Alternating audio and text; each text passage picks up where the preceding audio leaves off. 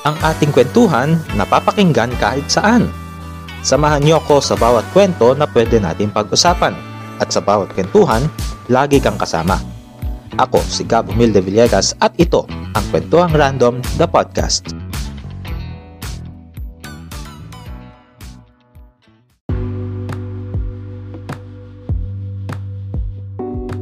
Kwentuhan at dahil Nutrition Month ngayon, pag-uusapan natin ang pagkain. At yan, let us all welcome Miss Shan Resurrection. Hi Ate Shan, welcome.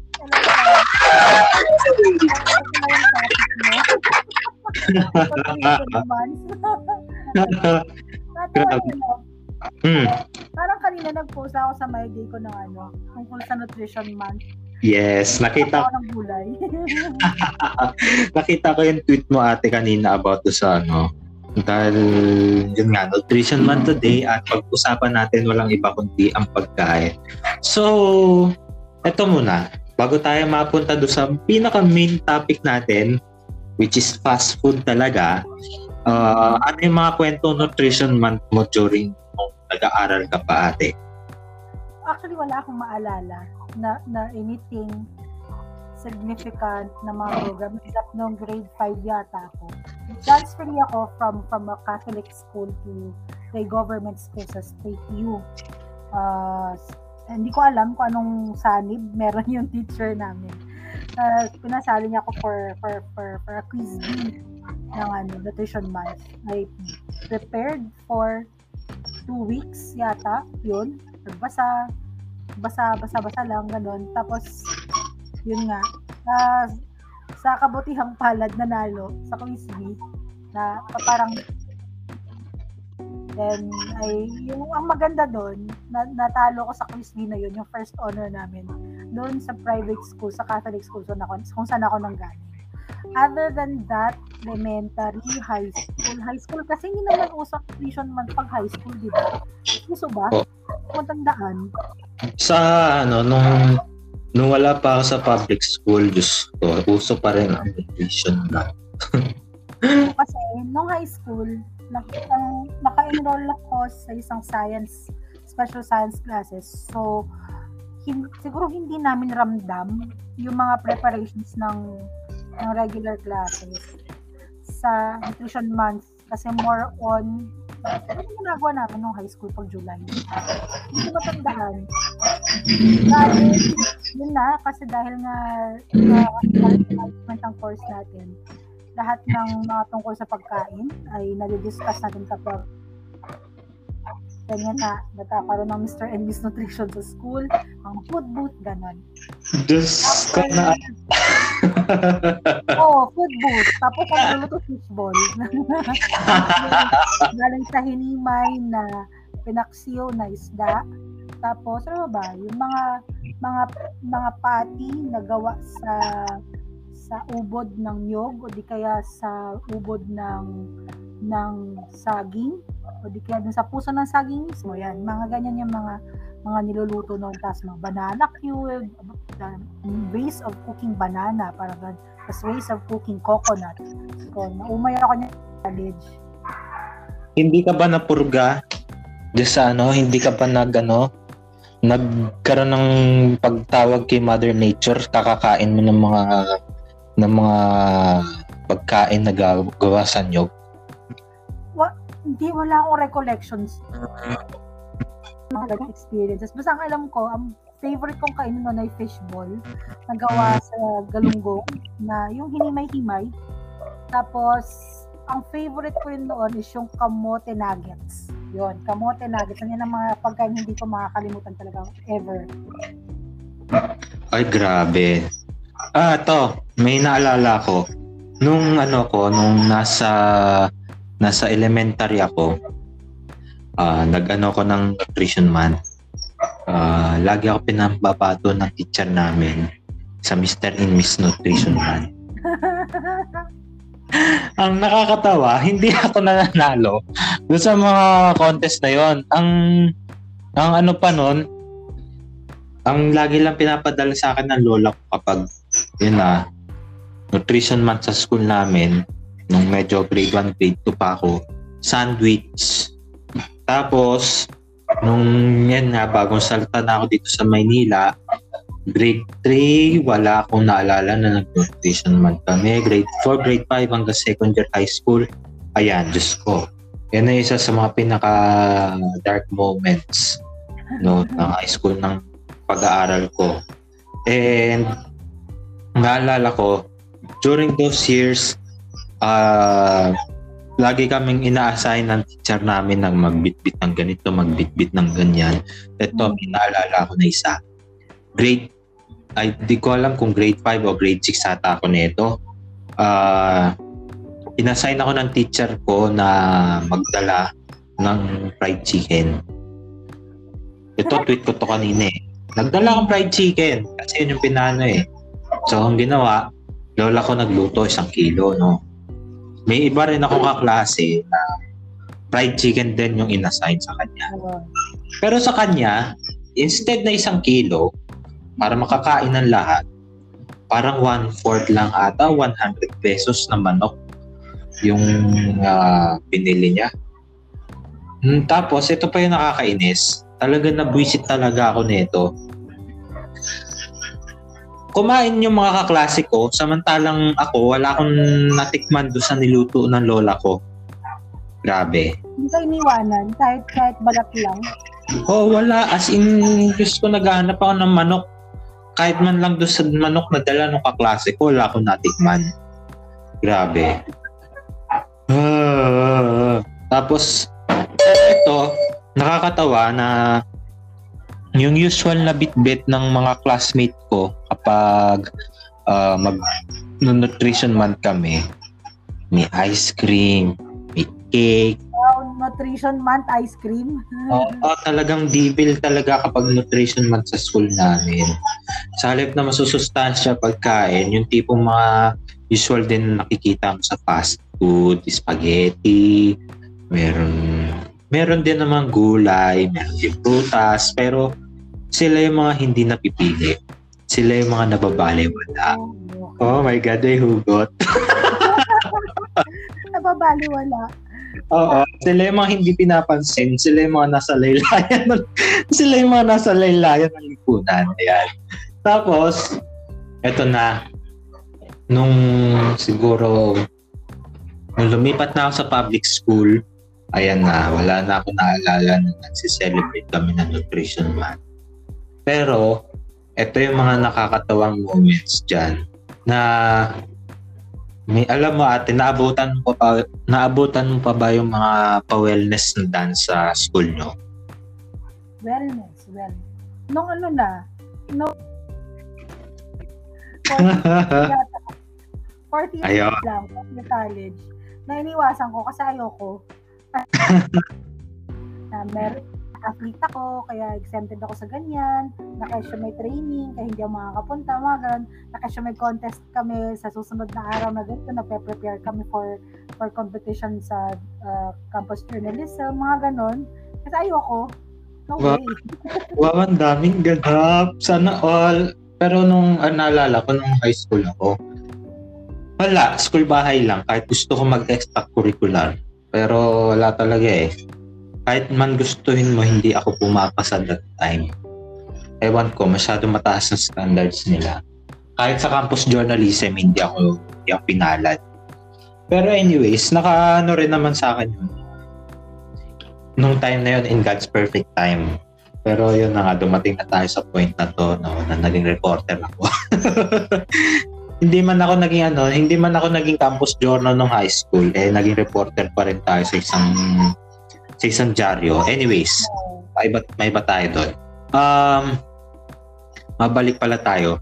Nung yun nga, first year, ayan na, mapunta na tayo doon sa mga usapang fast food. So atin, punta na tayo sa devil part. No, since angel part naman ng nutrition month. Punta tayo sa devil part, yung mga fast food na. So ate, ano yung mga favorite na kinakain sa fast food? Okay. Simula doon sa pinakasimula na nag-start ako, start pa, no? Sa pinaka-start ako kumain ako sa fast food.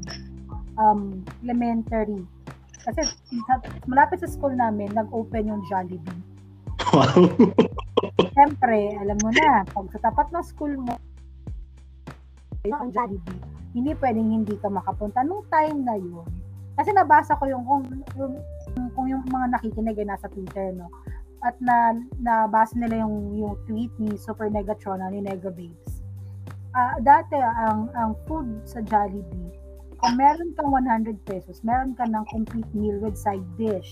Which means, may chicken joy ka na with rice, tapos pwede ka pang bumili ng peach mango pie at saka ng chocolate sundae. Or di kaya yung cone, naka-cone na tawag doon? Oo, yung sundae na yung 15 pesos. Yung 1.5 turns ng sundae. Kabisado, palibasa, nagtrabaho sa Jollibee. Tapos yun, then, sa Jollibee, ang favorite ko sa Jollibee talaga ay burger steak, not the chicken joy, kasi medyo allergic tayo sa manok. So, ang favorite ko sa Jollibee is burger steak at yung kanilang Aloha burger. Then, ang Pilipino, mahilig ka sa spaghetti na matamis, kung saan tinatakwil ako ng mga kaibigan kong foreigner, lalo na kapag Italiano or from those countries na mahilig sa pasta. Then, sa favorite ko talaga ay yung sundae, caramel sundae, at saka fries nila. At saka yung, nakalimutan ko yung pangalan, yung burger steak din nila, yung pepper mushroom steak ba yun? Hindi ko matandaan yung pangalan. Pepper mushroom steak ata yun. Anything na steak sa mga fast food, favorite ko except tayo. Ayoko yung burger steak ng ano yung masarap na tacos? Hindi. Bakit tayo ng mga Pero ito lang wala tayong ini-endorse dito na kahit na wala rin tayo sinisiraan. Okay? Yeah. Ito yung mga best mga fast food. Meron yung pancake house, di ba may burger steak dati ang pancake house. Ayoko yung burger steak nila.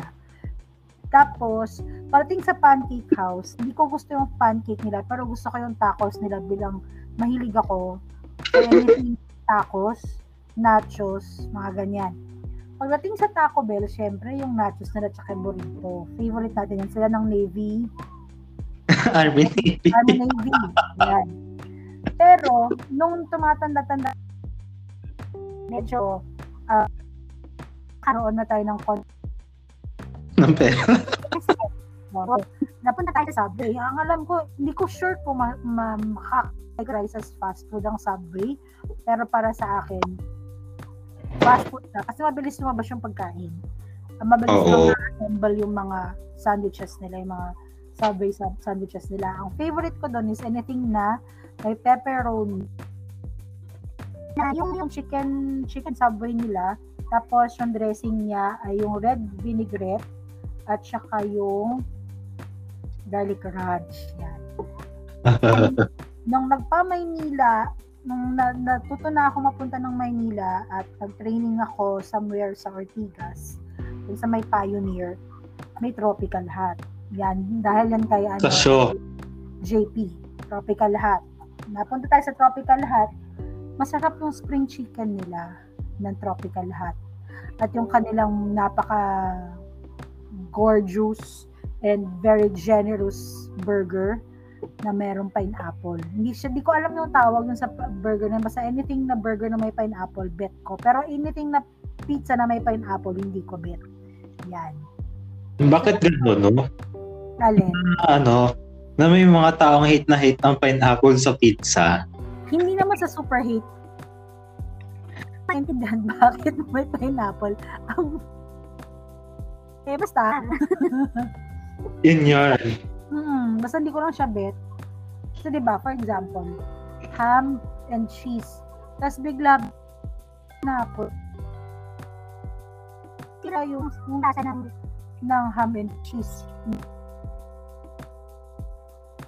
Parang ganun. Well, yan. Anyways, ito naman yung akin. Noong time na nagpunta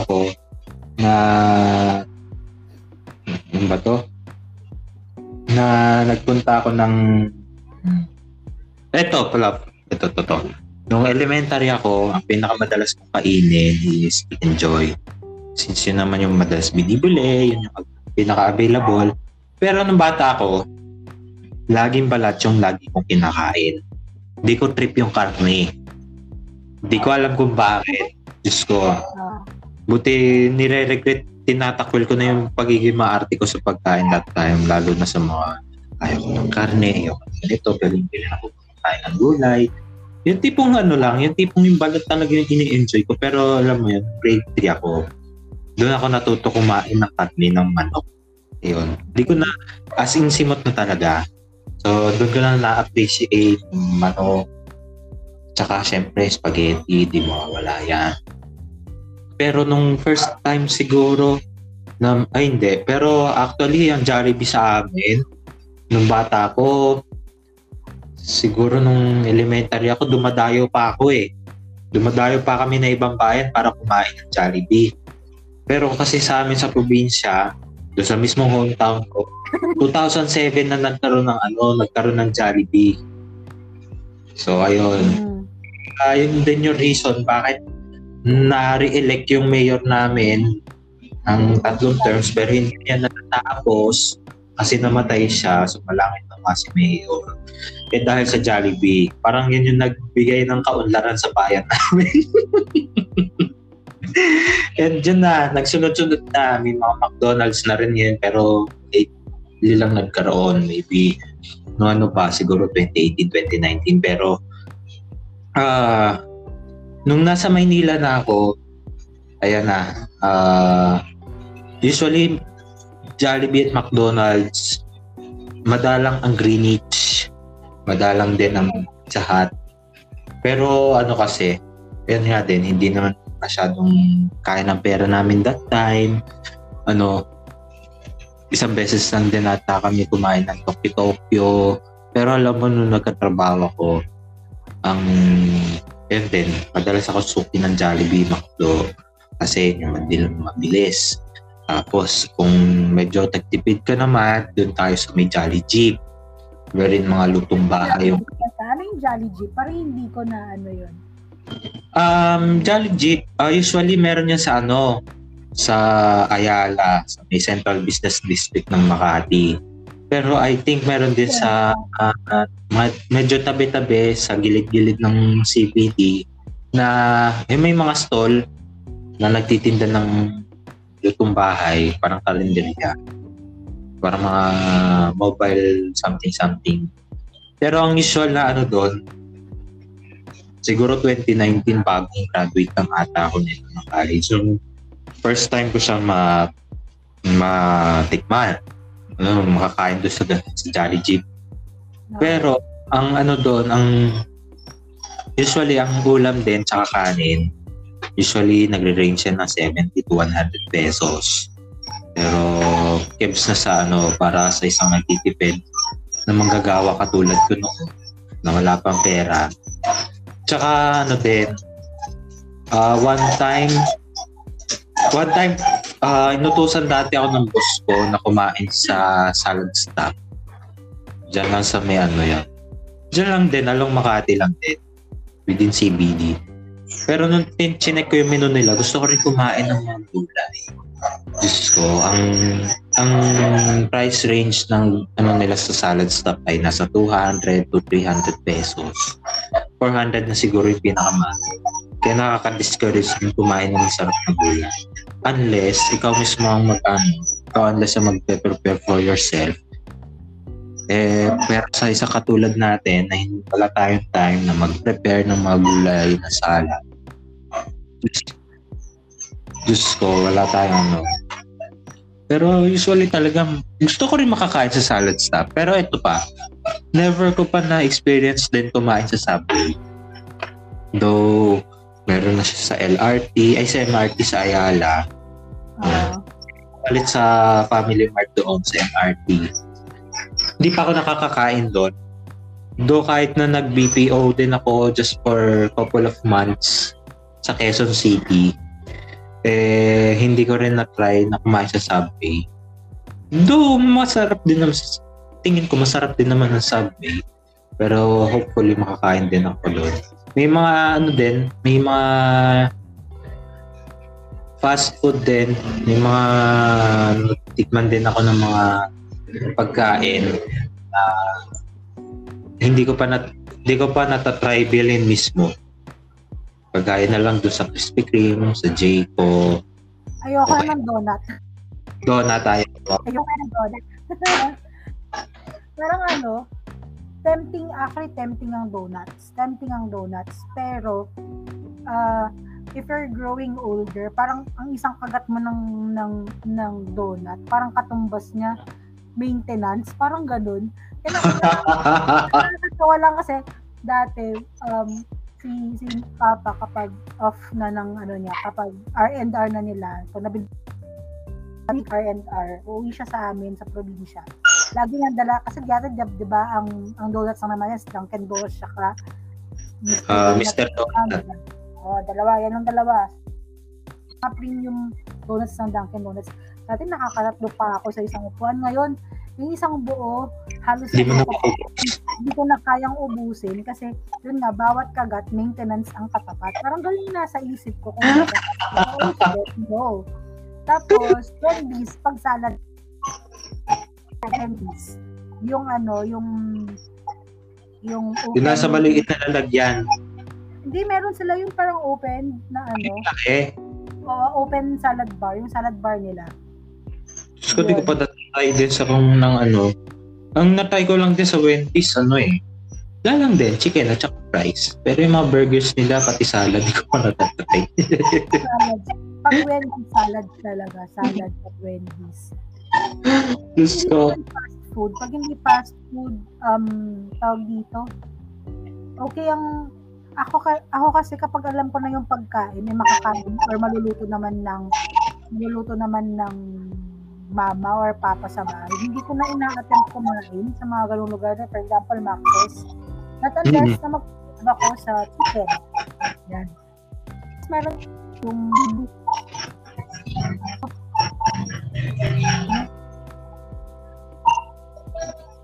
Salisbury steak.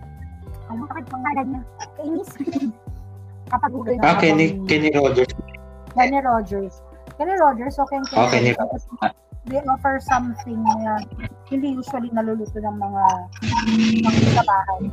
Naluluto mo siya kapag meron kang sobrang daming oras na magluto. Then, ano pa ba? Shakey's thin crust pizza. Yan. Tsaka yung kanilang Mojo's sa Shakey's. Sa Greenwich, garlic bread. Ano bang meron masarap sa Greenwich aside sa garlic bread? Yung matandaan. Hindi ko rin alam eh. Kasi hindi ako mahilig sa pizza ng Greenwich. Pero pakain mo ako ng pizza ng ano na yun, yung merong spinach pizza? SNR. Hindi. Spinach? Hindi ko pa narinig yun. Meron yung ika nga. Sbarro. TGI Fridays. Ayoko ng nang mublat ng pizza bar. Sbarro.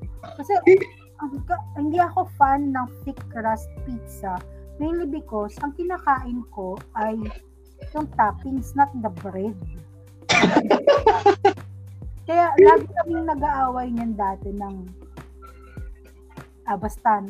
lagi ako may nakakaaway pagdating sa pizza kasi ako ang gusto ko lagi ay thin crust. Yung nakakasama kong kumakain dati, gusto niya thick crust. Hello. Kaya nga oh well, pero kasi yun nga, hindi ako sanay sa mga kapal na crust na pizza. Tapos sa Pizza Hut, pag anything that is stuffed crust, get ko yan. Anything that is stuffed crust pizza. Angel's Pizza yung may spinach. Oh, Angel's Pizza. Ayun, hindi ko pa na-experience kumain dun. Yung maraming basil, tapos meron siyang zucchini. Yan. Tawag nila pizza. Pinakbet pizza daw yung Garden of Eden. Sabi ko, walang zucchini ang pinakbet. Excuse me. Asan Ilocano? Garden of Eden? Ano, nandiyan pa si Adan at Eva? Hindi ko pa natatanong sa Angels. Pero kasi, ang Garden of Eden nila is may basil. Kasi paano siya panay vegetables. Supposedly, parang Italian peg ang pizza nila. Ang gulay. crust sila eh. Semi-thick crust ang Angel's Pizza. Sakto lang yung kapal ng crust. Kaya gusto ko siya. And yung may spinach pizza kasi yung creamy spinach siya tayong tawag doon. Tsaka yung kanilang tawag dito, creamy garlic or creamy garlic and 5 cheese. Yan. Mga yan. Pero ito, share ko lang, yun doon sa mga nakakainan kong mga pizza restaurants. Ito na lang, pangalanan na lang natin. Kasi sa Phoenix, Pizza Hut, SNR, hindi pa natatry sa TGI Fridays, pati sa Sbarro. Pero may iba pang na hindi ko rin na matandaan. Karamihan sa kanila, puro thick crust din. Ay, hindi. Thick crust din yung Pero may mga thin crust din naman silang ino-offer. Pero di ko lang matandaan din kung ano yung nakainan ko na thin crust yung pizza. Pero based on my experience sa pagkain ng pizza, siguro 2-3 slice busog na ako. Hindi na ako mag-ano kasi yung tipong pwede ka ng ano yun yung batok mo ganyan. Oo. Oo, nakakaano sa batok. Pag ang pizza ay more on veggies, kaya kong makatatlo na slices. Pero pag may mga meats and all, yun na. Hindi na. Hanggang isa na lang. Sa Shakey's Ano pa ba? Fries. Yan. Yan ang pinaka Yun nga, kasi diba nagkaroon ng problema sa supply daw dahil nga sa war sa Ukraine and Russia. Oo. Ang take ko naman dyan, sila lang ba ang pwedeng mag-produce ng fries? Yeah. Actually, ganyan din yung insight ko pagdating sa fries Kung kaya ng government natin na subsidize, bigyan ng kasanayan, ng training, lahat ng kailangan ng mga magsasaka natin, ay natin mag-produce ng sarili natin patatas na maraming. Even kahit nasa tropical country tayo, and mostly galing sa Benguet yung mga patatas na nakakain natin. Dahil yun nga, malamig ang climate, ganyan. Pero, come to think of it, dahil galing naman akong Jollibee, meron silang, merong farm na tawag dito, may mga farm na sinusupport ang Jollibee, yung Jollibee Foundation. Hindi lang ako sure kung ang patatas ba ay nasa line up na ng mga isosource out nila sa Philippines. Kasi ang alam ko yung mga lettuce, mga tomatoes, yan. Galing na yan sa Philippines Philippine produce na yan Mostly, kung hindi ako nagkakamali, ng mga farms na kanilang support is mga farms sa Cavite.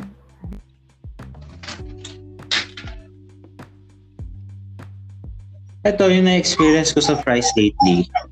For several months already, I know hindi lang kayo nakaka-experience nito pero marami sa atin hindi maka-order ng large fries sa isang kilala.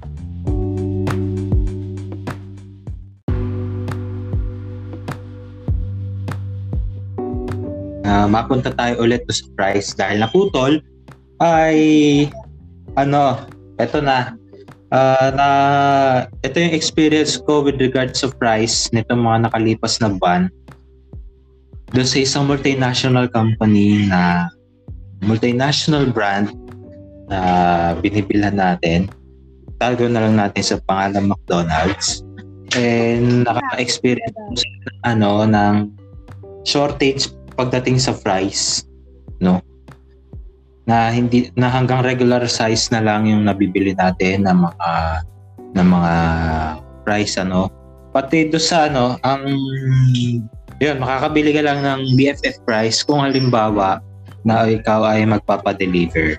Yan ang medyo I don't know what can I say about it, but yun lang yung condition para makapili ka ng malaki-laking bulto ng fries. Pero kung sa ibang branches naman, kagaya ng Jollibee, nakakabili naman ako ng large fries. Pero kung halimbawa naman sa Phoenix, pati sa KFC, ito rin, na-experience ko rin to for so long.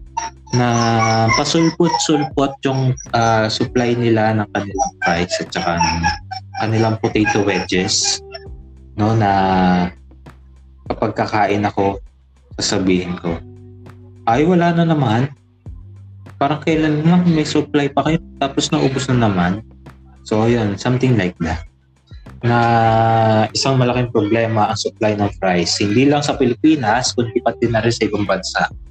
Katulad ng bastos na basa ko ay South Korea, Japan, pati Indonesia ata, nagkakaproblema rin sila sa price.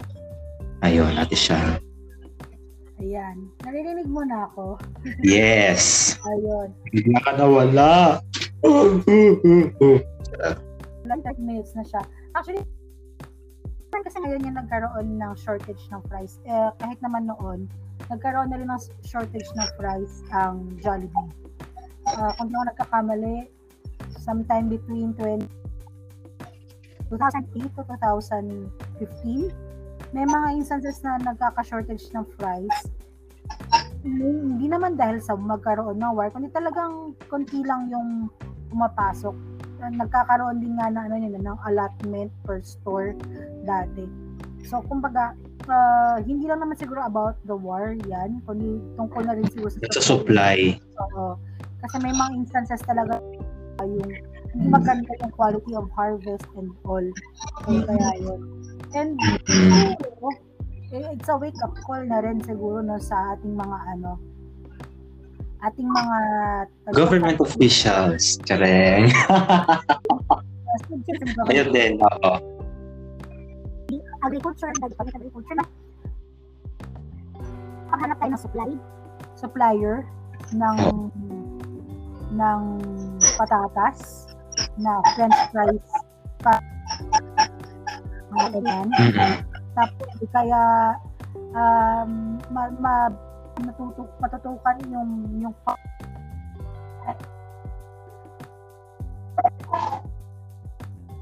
klase ng yung variety ng patatas. Ang pangalawa doon, aside from the supply, is yung processing ng fries, kasi may mga fast food chains na ang kanilang fries ay frozen bago lutuin.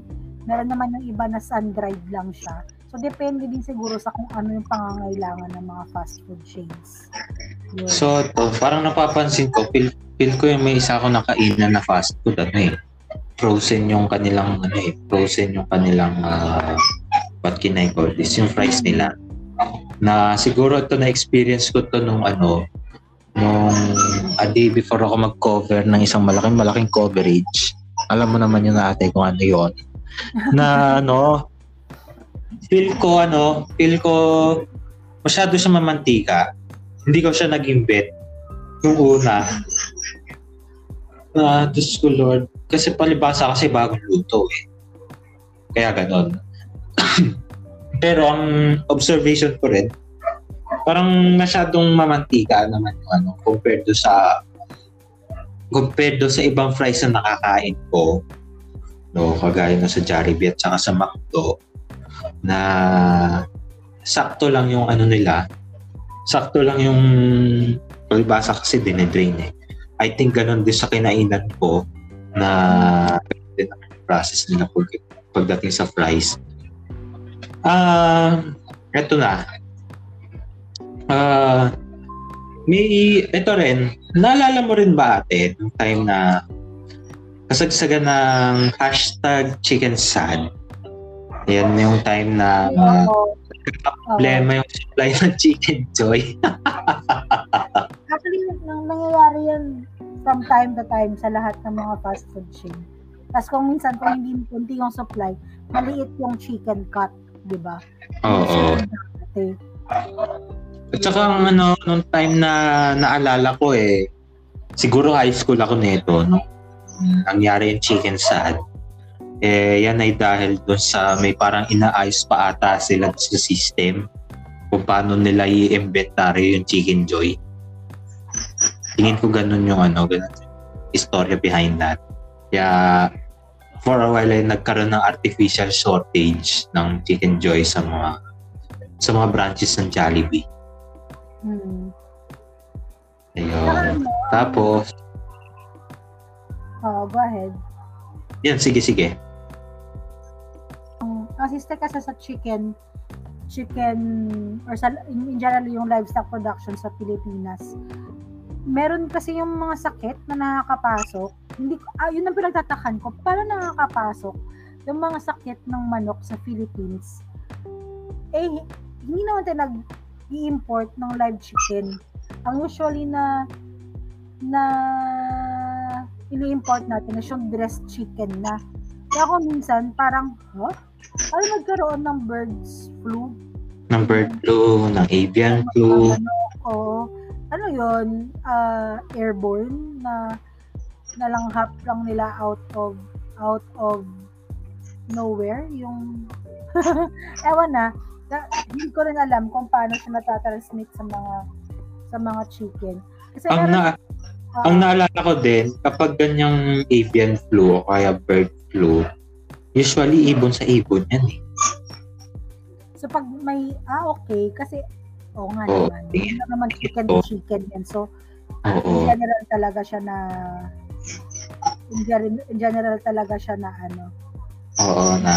ibon. Ng mga ibon, lahat ng types of birds. Whether they are flying or not. Yun na nga. Pero, ewan ko kung tama ako, Ajusto. Check nga natin si Dr. Google paano nga ba nakukuha ang bird flu ng mga manok. I think, check natin kung paano natin siya, kung paano nakukuha nitong mga manok yung bird flu. Ayan, bird flu. Kasi sabi mo nga, from one bird, ayun. Okay. So, yun nga, it spreads between both wild and domesticated birds. It has also been passed from birds to humans who are in close contact with poultry or other birds. So, yun nga. Paano siya makukuha? So, yung mga nag-aalaga ng manok, pwede rin sila magkasakit. Pero fast food na punta na tayo sa sakit. Oh my God.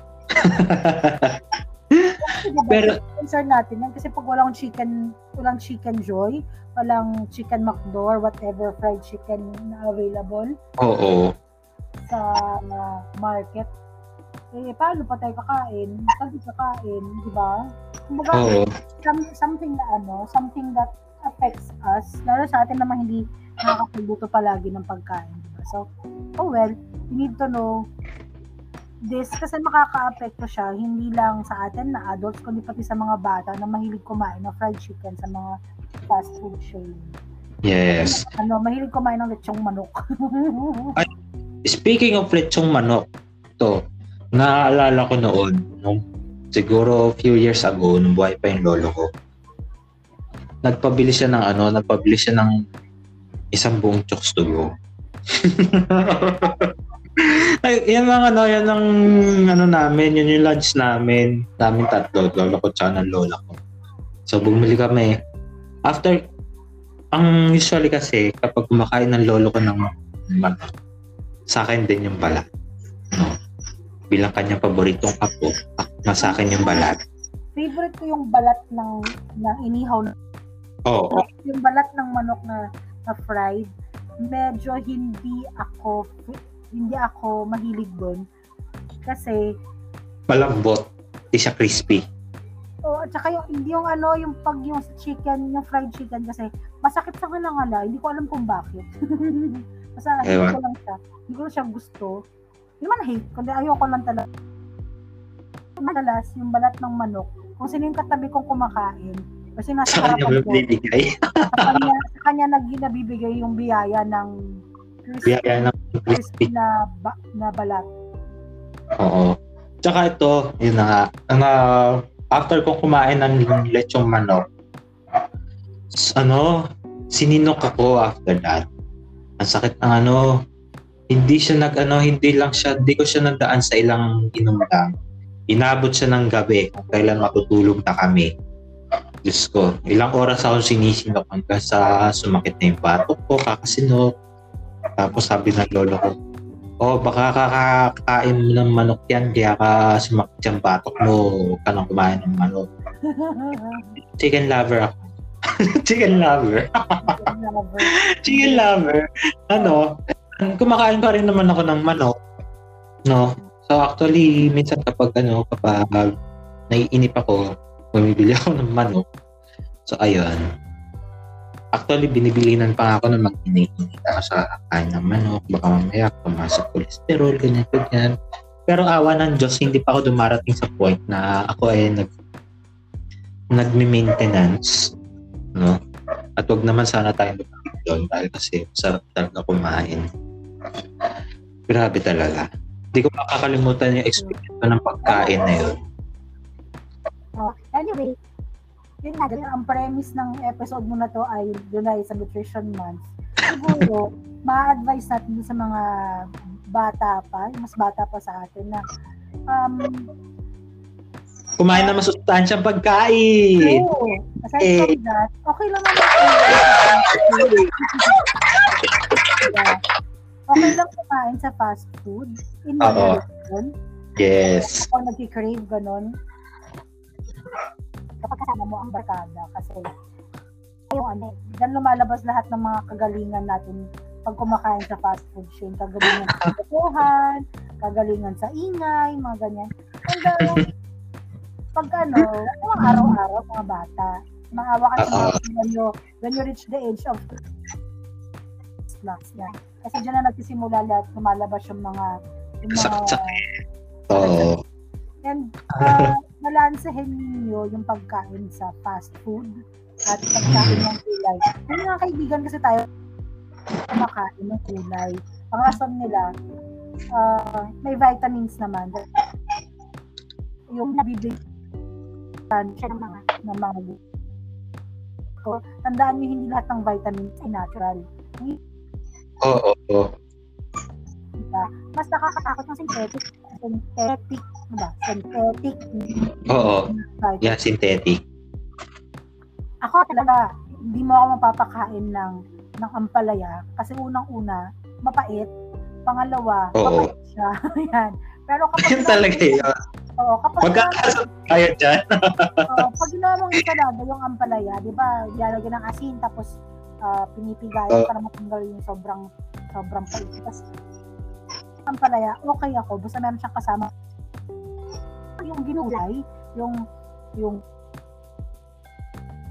gisadong gulay. Na may ampalaya, ayoko niyan. Yung ampalaya sa takbet, Ilocana ako. Ano ba? Yung ampalaya, whatever, basta anything na may sabaw or anything na ginisa yung ampalaya, ayoko. Talaga. Balance sa pagkain ng init at saka anything that is natural. At tandaan, ang pagkain charing. Oo, totoo naman yan. Mahaba din ang buhay aside sa pagkain ng pansit.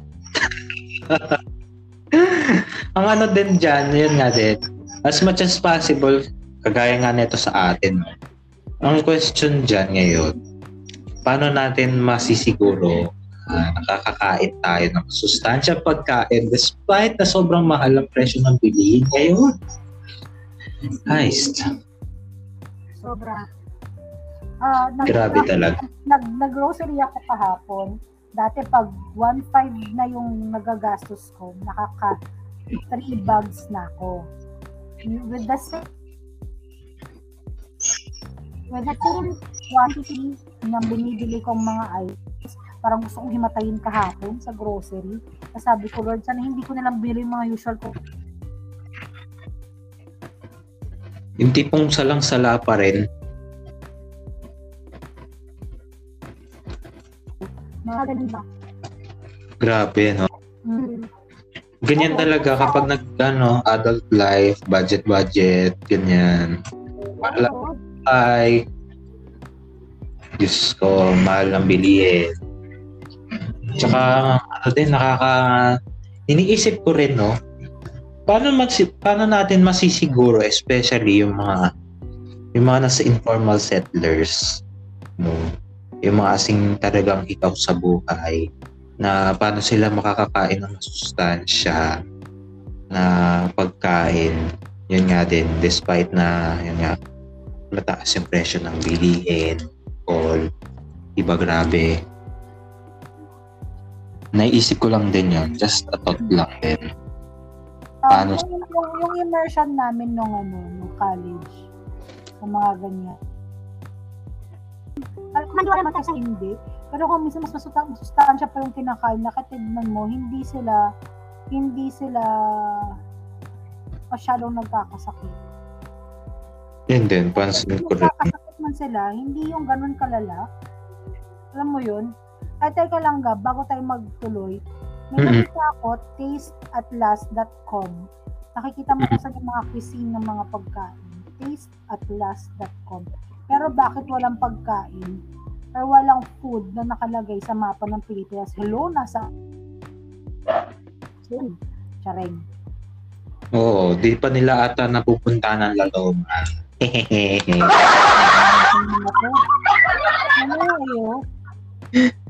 Di pa napupunta ng Laloma. May Thai curry, may soto, may babi guling, may kilagwen. Kilagwen is sa Saipan eh. Kilagwen is na ginagad na nyug. Masarap to, pero basta. Tapos may green curry, may ramen, may curry. Hoy, ba't walang Pilipinas? Masarap kaya lechon ng Pilipinas. Pang cardiac arrest. Chareng.